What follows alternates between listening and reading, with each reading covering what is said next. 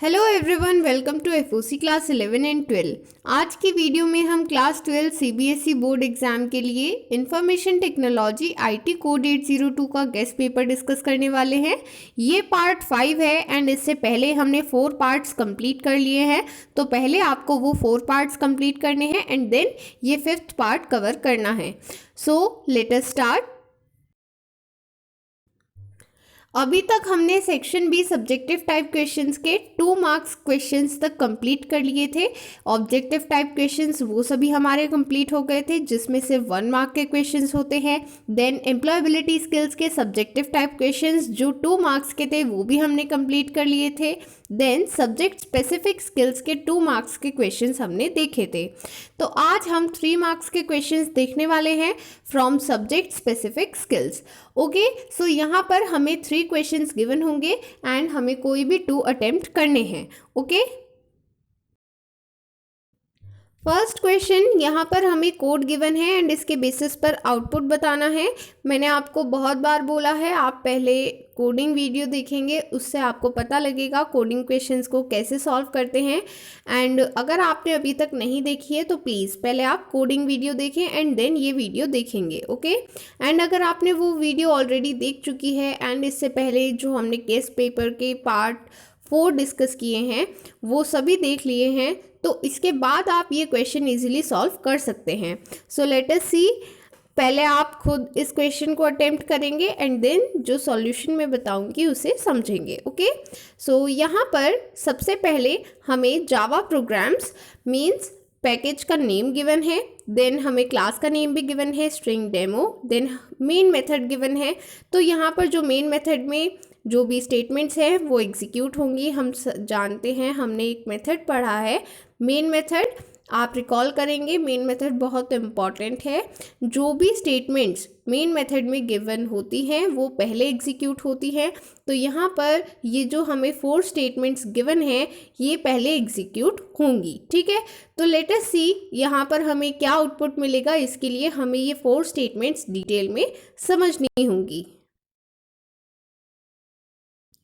सबसे पहले हमें एक वेरिएबल गिवन है जिसका डेटा टाइप है स्ट्रिंग एंड इसका नेम है माई स्ट्रिंग एंड इसकी क्या वैल्यू है इंफॉर्मेशन टेक्नोलॉजी। सो यहाँ पर सबसे पहले हमने वेरिएबल को डिक्लेयर किया है, इसका टाइप डेटा टाइप स्ट्रिंग है एंड इसकी वैल्यू इंफॉर्मेशन टेक्नोलॉजी है। ओके, इसके बाद हमें system.out.println कमांड गिवन है। हम जानते हैं ये कमांड हम कब यूज़ करते हैं, जब हमें कोई भी स्टेटमेंट आउटपुट में प्रिंट करनी है, मींस आउटपुट में उसे शो करना है, तब हम system.out.println कमांड यूज़ करते हैं।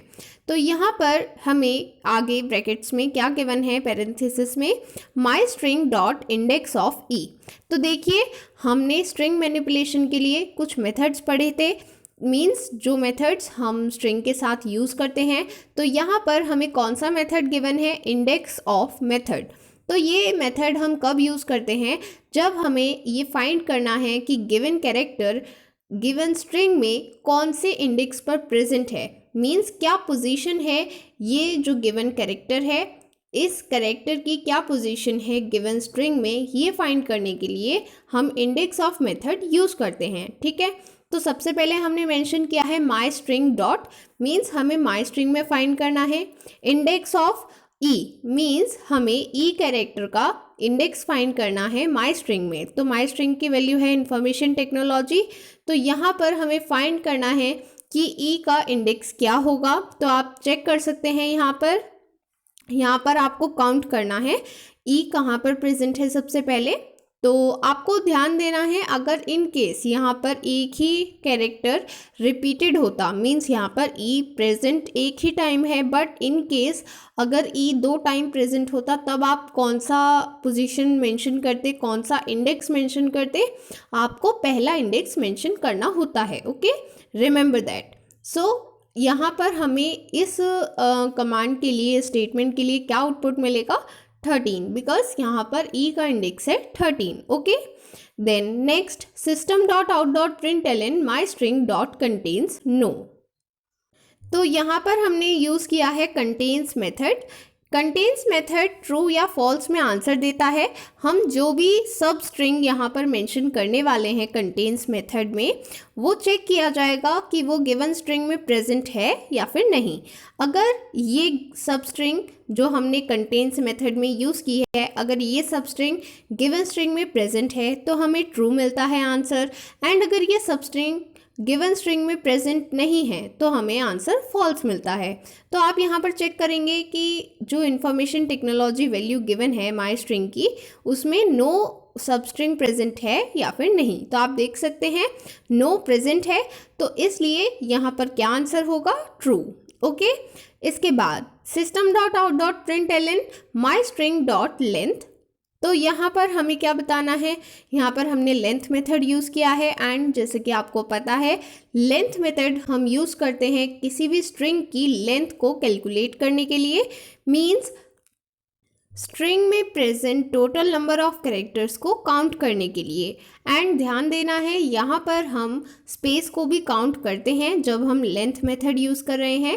लेंथ मेथड जब भी यूज़ करेंगे तो अगर आपको स्ट्रिंग में कहीं पर भी स्पेस गिवन है, जैसे कि यहाँ पर इंफॉर्मेशन और टेक्नोलॉजी के बीच में एक स्पेस गिवन है, तो जब हम लेंथ मेथड से लेंथ काउंट कर रहे हैं तब हम ये स्पेस काउंट करेंगे।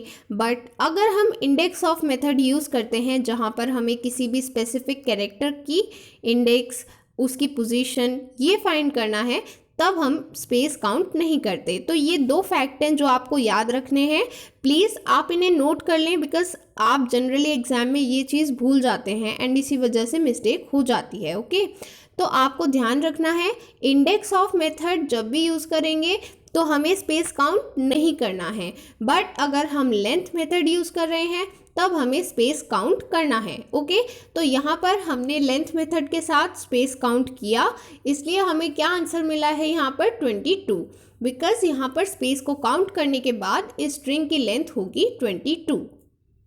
सो स्टूडेंट्स, ये 3 मार्क्स का क्वेश्चन था, एंड यहाँ पर हमें आउटपुट में 3 लाइन्स मिली हैं, एंड ये हमने डिफरेंट लाइन्स में क्यों लिखा है प्लीज़ आप ध्यान देंगे। यहाँ पर आप मिस्टेक भी कर सकते हैं। ये जो कमांड होती है system.out.println, ये हम तभी यूज़ करते हैं जब हमें नेक्स्ट स्टेटमेंट न्यू लाइन में प्रिंट करनी होती है। अगर हमें ये सभी आउटपुट एक ही लाइन में शो करने होते तो हम कौन सी कमांड यूज़ करेंगे, ये आप मुझे कमेंट सेक्शन में बताएंगे। ओके, ये आपका होमवर्क है, एंड जो भी स्टूडेंट्स वीडियो को ध्यान से देख रहे हैं मैं उनका कमेंट सेक्शन में चेक करूँगी। ओके, सो आपको आंसर करना है। अगर मुझे ये सभी आउटपुट जो मुझे अभी मिले हैं 13 ट्रू 22, अगर ये सभी आउटपुट मुझे एक लाइन में देखने होते तो मैं कौन सी कमांड यूज़ करती system.out.println की जगह, आपको ये बताना है। ओके,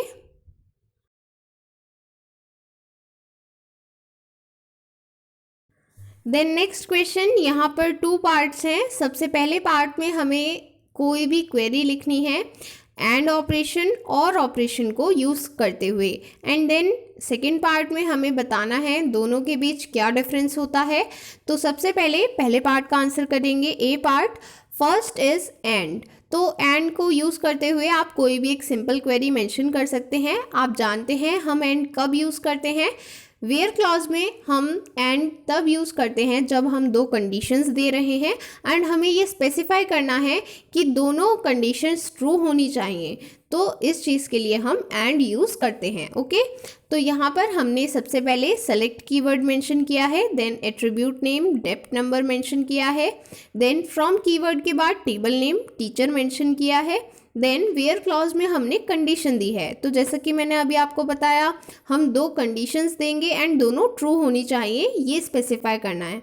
तो हमने यहाँ पर 2 कंडीशन दी हैं। एक कंडीशन है gender is equal to M, and दूसरी कंडीशन है depth number is equal to 3।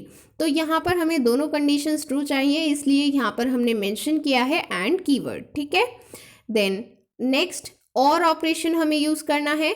तो और कब यूज़ करते हैं, और तब यूज़ करते हैं जब हम 2 कंडीशंस में सिर्फ एक ही ट्रू नेसेसरी है, मीन्स हम कोई भी कंडीशन हमने दी है, depth number is equal to 4, depth number is equal to 7, दो कंडीशंस हमने प्रोवाइड की एंड हमें रिक्वायर्ड है कि सिर्फ एक ही कंडीशन एटलीस्ट ट्रू हो, दोनों ट्रू हो सकती हैं बट हमारी कंडीशन है कि एटलीस्ट एक ट्रू होनी चाहिए, उसके लिए हम और कीवर्ड यूज़ करते हैं। ओके, सो यहाँ पर अगेन हमने सबसे पहले सेलेक्ट कीवर्ड के बाद एट्रीब्यूट नेम प्रोवाइड किया है teacher ID, then from keyword के बाद हमने प्रोवाइड किया है table name teacher, then where clause के बाद कंडीशन प्रोवाइड की है।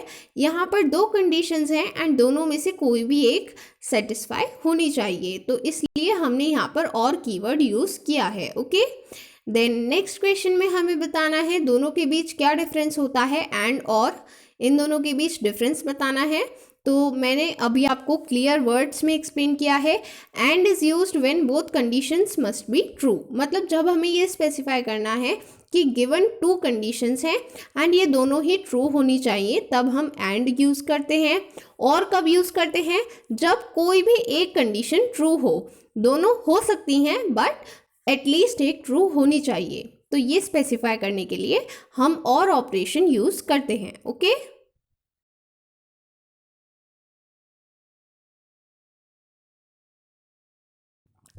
देन नेक्स्ट क्वेश्चन यहाँ पर हमें बताना है ई कॉमर्स डेटाबेस मैनेजमेंट में क्यों यूज़ करते हैं एंड कोई भी ऐसी टू टेबल्स की डिटेल्स बतानी है जो ई कॉमर्स में रिक्वायर्ड होती हैं।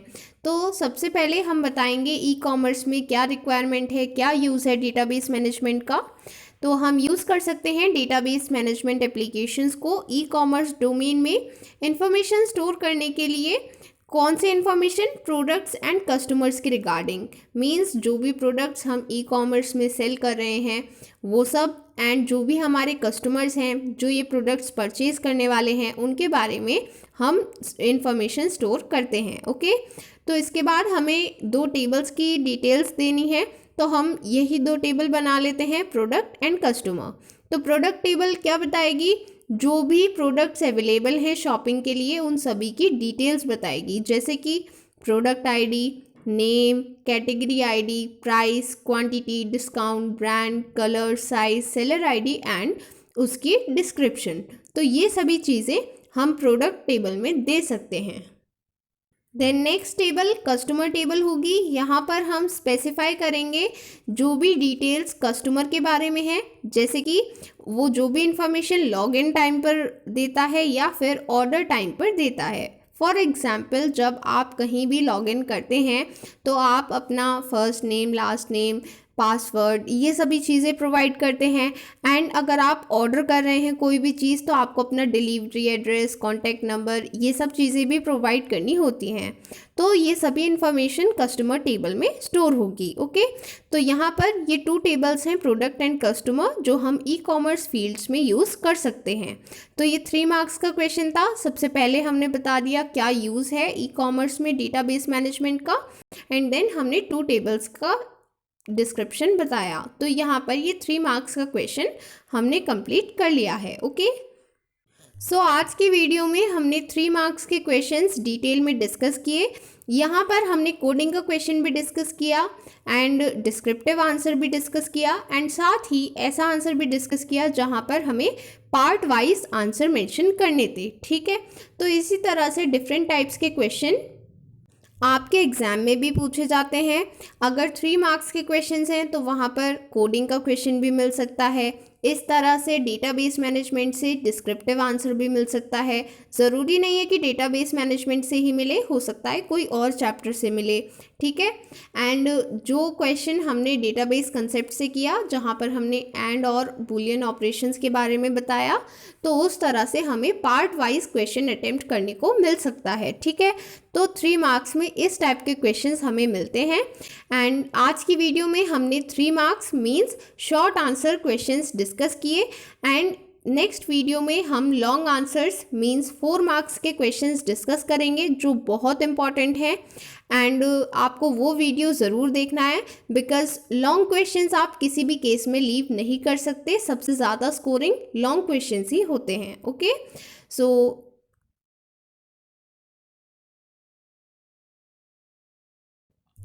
that was all for today. अगर आपको class 12 information technology IT code 802 के लिए all in one book purchase करनी है जिसमें notes, previous year questions and sample papers available हैं, तो उसका लिंक डिस्क्रिप्शन में गिवन है, आप चेक कर सकते हैं।